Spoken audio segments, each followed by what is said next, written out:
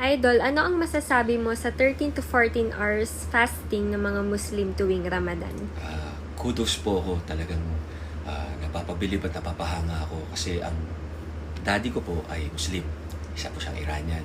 At ang stepfather ko po isang Arabian, Muslim din po. So napakahirap po ng fasting talaga nila.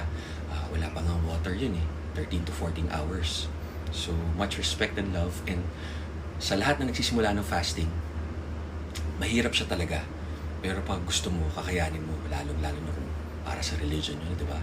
And kita naman natin na through ancient times, meron sila tinatawag na spiritual fasting, cultural fasting, tsaka yan na nga, yung food fasting. So, malaking benefits siya, both physically, mentally, and spiritually, para po tayong na-cleanse. So, much love and respect po sa atin lahat. Tama kayo, mali ako, I'm not your doctor, do what works for you.